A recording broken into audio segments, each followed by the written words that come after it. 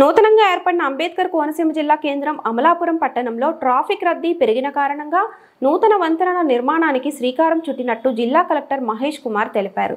గురువారం ఈదరపల్లి వంతెన వద్ద రోడ్డుకు ఇరువైపులా ఉన్న ఆక్రమణలను ఎమ్మెల్యే ఆనందరావు జిల్లా కలెక్టర్ పరిశీలించారు. వంతెన స్థితిగతులు, రాకపోకల అంశాలపై ఎమ్మెల్యే జిల్లా కలెక్టర్కు వివరించారు. వంతెనకు ఇరువైపులా ఉన్న ఆక్రమణలను పరిశీలించిన వంతెన నిర్మాణానికి ఏ విధమైన అడ్డంకులను లేకుండా పూర్తిగా ఆక్రమణలను తొలగించాలని ఆదేశించారు. వంతెన వద్ద రోడ్లకు ఇరువైపులా ఆక్రమణలను రికార్డు ఆధారంగా తహసీల్దారు, సర్వేయర్లు జిల్లా కలెక్టర్ వారికి వివరించారు. ఆక్రమణలను పూర్తిగా తొలగించి వచ్చే నెలలో నూతన వంతెన నిర్మాణాన్ని 2 కోట్ల అంచనా వ్యయంతో ప్రారంభించనున్నట్లు జిల్లా కలెక్టర్ తెలిపారు.